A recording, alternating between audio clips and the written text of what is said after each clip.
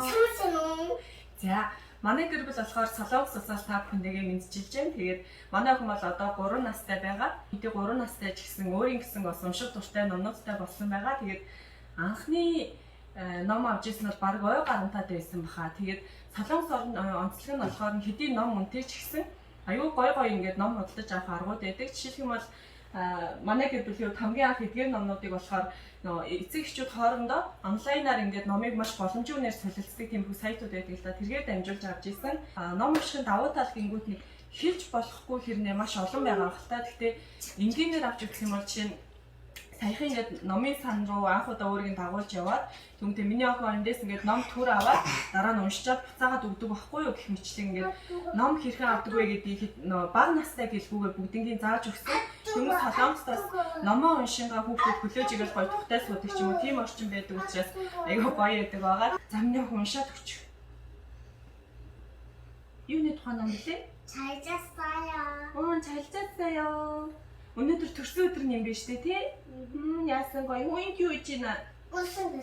Усанд орж гин үү? Төрсөн өдөр нэм чи гоё усанд орохгүй болохгүй ш тий? Манай гэр бүлээс онцлог нь хитрхийн ингээл амар орчин бүрдүүлээлтэй амар тэхээсээ илүү яг тухайн нөхцөлд ингээд ном унших орчин бүрдсэн л шууд ингээд уншдаг. Жишээ нь унтахынхаа яг өмнө орондоо бичсэн багтаа дуртай номоо аваад иргээд уншиж өгч гэдэг юм уу? Эсвэл цэцэрлэгээс орж ирэнгүүт заримдаа бүх маань ингээд номоо уншигээ ширэн дээр суудаг ч гэдэг юм уу тий? Тийм нарийн ширийн зүйлгүйгээр яг тухайн үед унших сэтэл төрөх бүрдэн уншуулаад байдаг байгаа. Тэгээд бас хүүхдээ баг настай гэж гололгүйгээр хүүхдээ бас гоё гоё номууд уншиж өгч байгаарай гэж ээжүүдээ хэлмээр байна. За тэгэхээр за сайн мэцгаана уу? За манай гэр бүл болохоор Солонгос улсаас та бүхэндээ мэдчилж байна. Тэгээд манай охин бол одоо 3 настай байгаа. Монголын үндэсний олон нийтийн телевизээс хүүхдийн номын өдөр зориулсан хүүхдийг хэрхэн номон дуртай болгож байгаа вэ талаар ярилцах боломж олгосон энэхүү нэвтрүүлэгт орж байгаа маш их баяртай байна. Тэгээд түрүү хэлсэнчлэн манай охин хэдий 3 настай ч гэсэн өөрийн гэсэн бас унших дуртай номнуудтай болсон байгаа. Тэгээд анхны ном авч ирсэн бол баг ой гарантайд байсан баха. Тэгээд Солонгос онцлог нь болохоор хэдий ном үнэтэй ч гэсэн аюу гой ингээд ном худалдаж авах аргууд байдаг. Жишээлх юм бол манай гэр бүлийн хамгийн анх эдгээр номнуудыг болохоор эцэг эхчүүд хоорондоо онлайнаар ингээд номыг маш боломжийн үнээр солилцдог тийм бүх сайтууд байдаг л да. Тэргээр дамжуулж авч ирсэн. Миний охин номнуудаа харуулаарай. Миний охин энэ номнууд унших дуртай тий. Тэгээд жишээ нь 2 дугаар игнэнд байгаа номнуудыг харуулах юм бол илүү нөгөө нэг насны онцлогоос шалтгаалаад 9 10 настай ч юм уншвал зүгээр. Яагаад тэгэхээр одоо таадаг харуулъя л да. Энэ байгаль орчны талаар юм цуврал ном байгаа байхгүй юу? Тэгэнгүүт бүр 1-ээс 64 бүлэгтэй ч гэдэг юм те. Тэгэнгүүт дотор нь ингээд за дотор нь ингээд амьтдын талаар ингээд нэг бүрчлийн хүүхдүүдэд аягүй гоё тайлбарлсан. Тэгэхээр байгаль орчин амьтдтайгаа танилцах боломжтой юм гоё цуврал номнууд гаргадгаараа Солонгос за орон онцлогтой байгаа. Дээрэс нь надад нэг таалагддаг юм юу вэ гэхээр хэрвээ хүүхдтэй гоё ингээд ном унших боломжийг бүрдүүлэх гэх юм бол хүүхдээ яг насны хөгжилтөнд харуулад багцаар номыг авах боломжтой байдаг. За түрээж байгаа юм.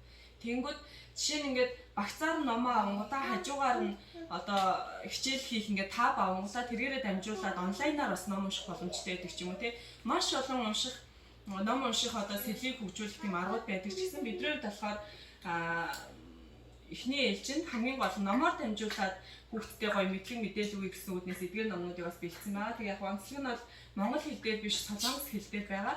Тэгээ миний охин дуртай номнуудаа харуулах хүүхдүүдэд за дуртай ном үзүүлж гэж охин. Би ч охины дуртай ном нэлүүлээ.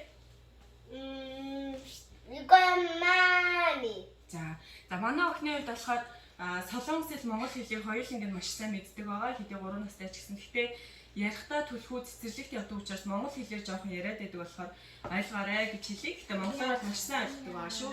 За ээж нь хоёулаа гоё хамтдаа номны талаар ярилцъя заяа. За ээжтэйгээ яриарай. Энэ номон дээр юу гарч ийнэ? Аав баавгай, хүүхэд баавгай тий? Юу ихээр явж байгаа юм бол? 놀고 있어요. тоглохоор явж гин тий? Аавтайгаа юу хийж байгаа юм болоо? 놀고 있어요. тоглоод байгаа юм уу? 가요. Аав баавгай ямар мундаг юм бэ тий? Миний охины аав нас ингэдэг үлээ. Гоё тоглодог тий? Яа, миний аав баавгай яасан гоё би бороо орсон биш тий? Яа аав баавгай хүүхэд баавгай бамбуш баавгай яаж ийн? 웃었어. зонтог энэ навчаар зонтог хийсэн мэн тий? 짠떡. 짠떡 고가 짠떡. тийм зонтог Оо, миний охиныг саав ингэж явдаг гэлөө. Ямар мундаг аав бэ те? 아빠가 아까 Тэгсэн те. 아빠가 아까 이렇게 했는데. Энэ ном ер нь юуны тухай юм болоо миний охин? 불쌍해. А бамбруш. А бавга бамбрушийн талаар гарах юм байна те. Аавта зөндөө хайртай гинэ миний охин. Миний охин ч гэсэн аавта зөндөө хайртай юу? Хайртай те. Тийм. Тийм манай гэр бүлээ 야, номыг 먼저 заримдаа 선물. түрээ тавна нөхөө. Номыг болохоор заримдаа ингээд зохиож ярих ч юм уу тий заавал нөгөө номын үг хэллэгээр ярьдаг. Яг тэр хүүхдийн онцлог тийм билээ. Яг ингээд номын үг хэллэгээр ярьчихаар жоохон сонирхол нь буураад идэг. Тэгэхээр тухайн зурнаас нь шалтгаалаад баг зэргийн өөрчлөх юм зүйлүүд ч гэсэн байдаг байгаа. Тэгээд Солонгос орнууд бас нэгэн бас надад таалагдж байгаа юм гэхээр цэцэрлэгийн програмыг таалагддаг. Жишээ нь тухайн сардаа тааруулаад янз янзын гой гой номнуудаас цэцэрлэгээс нь ирдэг байхгүй юу? Тэгэнгүүт яг насанд нь тааруулсан. Жишээ нь энэ 2 гарантай байхад нь иржсэн ном дээр ангууд би тусалж өгье гэж тэгж байгаа байхгүй юу? Тэгэнгүүт ийшээ харангууд дүүн ингээ уйлж байгаа. Тэгэнгүүт миний охин одоо памперсыг аваад ирэх юм уу? Би ээжтэй памперсыг авч өгч тусалж ин ч гэдэг юм уу те? Гэх мэтчлэн би ээжтэй хувцас авахт нь туслана гэх мэтчлэн яг насанд нь тааруулсан ийм одоо мэдээлэл гой мэдлэгтэй болох юм их номнууд байдаг учраас таалагддаг байгаа. За манай гэр бүл бас хүүхдээ номонд хэрхэн дуртай болох вэ гэж анхнаасаа тийм амар сүртэй ярилцаагүй ч гэсэн багаас нь ахуулаад ямар нэгэн зүйл дуртай байх хэрэгтэй юм байна гэсэн үднээс хамгийн түрүүнд бол номыг барьж авсан байгаа. Үүний дараагаас одоо балетч гэдэг юм уу тийм хүүхдийн өрн багаас нь ямар нэгэн зүйл дуртай болгож өсгөх юм бол энэ охин наашаа ичдэг суугаад ярих уу? За төрсөж. За тийм миний бодлоход би багада 6 настай байсан байгаа хамгийн анх цуутын цагаарчгүй гэдэг номыг уншаад уйлжсэн гэд манай ээж ярьдаг байхгүй юу. Тэгэхээр тухайн үед бол номонд хамгийн анх дуртай болсон шалтгаан маань бас тэр ном маань байсан байна. Тэгээд бас хүүхдээ номонд дуртай болсон шалтгаан маань өөрөө би бас их ном унших дуртай байгаа. Номын тэмдэглэл бас бичдэг. Дээрээс нь YouTube дээр бас жижигэн бичлэгнүүд хийж оруулдаг. Тийм болохоор охин маань бас номонд дуртай болох болсон шалтгааны нэг гэж магадгүй гэж бодож байна. Тэгээд охиноосоо бид нараас асуудахгүй заримдаа том болоод юу хийдэг хүн болох вэ гингүүд хичээл хийдэг хүн болно гэд 3 настай ээжж тэгж хариулдаг болсон байгаа. Тэгэхээр магадгүй ингээд ном аягүй их уншуулад номон дуртай болгосон маань бас их нөлөөлж байгаа гэж бодож байгаа. Тэгээд ер нь ном уншихын давуу тал гингүүд нэг хэлж болохгүй хэрнээ маш олон байгаа хэл та. Гэхдээ энгийнээр авч үзэх юм бол жишээ нь саяхан ингээд номын сан руу анх удаа өөрийг дагуулж яваад түнтэй миний охин эндээс ингээд ном түр аваад дараа нь уншичаад буцаагаад өгдөг байхгүй юу гэх мэтлэн ингээд ном хэрхэн авдаг вэ гэдгийг бага настай гэлгүйгээр бүгднийг зааж өгсөн. Хүмүүс солонгостоос номоо уншингаа хүүхдүүд хүлээж игээл гоё тухтай суудаг ч юм уу тийм орчин байдаг учраас аюу гоё байдаг байгаа. Тэгээд за ерөнхийдөө бол юм байна. Хоёлаа юу яах вэ? Хүүхдүүдэд ном уншиж өгөөд эмчлээд босгох уу? За тийм. Миний охин замны уншаад өгч. Юуны тухай ном бэ? 잘 잤어요. 잘 잤어요. өнөөдөр төрсөн өдөр юм биш үү тий? Яасан гоё хөнки үжина. Усанд орж ийн үү? Төрсөн өдөр юм чи гоё усанд орох болохгүй ш тий? Тийм. За. Гинт үжина. 찼어요. Гэрээ цэвэрлж ш тий? Гэрээ цэвэрлээд найзууд нэрх юм чинь гэрэн цэвэрхэн байхгүй болохгүй үстэй. Тийм. За. Юу ийна? юу? Яа, амттай гоё хоол хийж штэ найзуудлаа зориулаа тий. ямар гоё юм бэ? Ваа! 생일 축하합니다. 사랑하는 병아리. 사랑하는 병아리. За, ингээд төрсөн өдрийн дуудуулаад найзууд нь ирж штэ тий.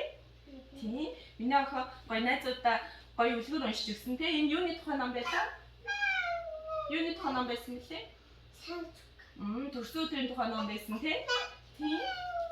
За, ингээд ерөнхийдөө манай гэр бүл хэрхэн одоо ном уншдаг ч юм дээ тэр талаараа та бүхэндээ харууллаа. Тэгээд манай гэр бүлийн бас онцлог нь хитрхийн ингээд амар орчин бүрдүүлээлтэй амар тэхээсээ илүү яг тухайн нөхцөлд ингээд ном унших орчин бүрдсэн л шууд ингээд уншиж жишээ нь унтахынхаа яг өмнө орондоо бичсэн байхдаа дуртай номоо аваад иргээд уншиж өгч гэдэг юм уу эсвэл цэцэрлэгээс орж ирмүү заримдаа бүх маань ингээд номоо уншиж ширэн дээр суудаг гэдэг юм уу тий. Тэр нарийн ширийн зүйлгүйгээр яг тухайн үед унших сэтэл төрөхгүй үрдэн уншуулаад байдаг байгаа. Тэгээд бас хүүхдээ бага настай гэж гололгүйгээр хүүхдээ бас гоё гоё номууд уншиж өгч байгаарэ гэж ээжүүдээ хэлмээр байна. Эцэгчүүдээ хэлмээрээ. Тэгээд Энэ хүртэл манай бичлэг үзсэнд маш их баярлалаа. Баяртай гоо хэлээ. Баяр. За тийш харж байна чи нөхөн. Тэгвэл намд юу шиг шүү. За. Бичлэг рүүгээ харж байгаа хэлээрэй. Баяртай гэж. Баяртай. За баяртай.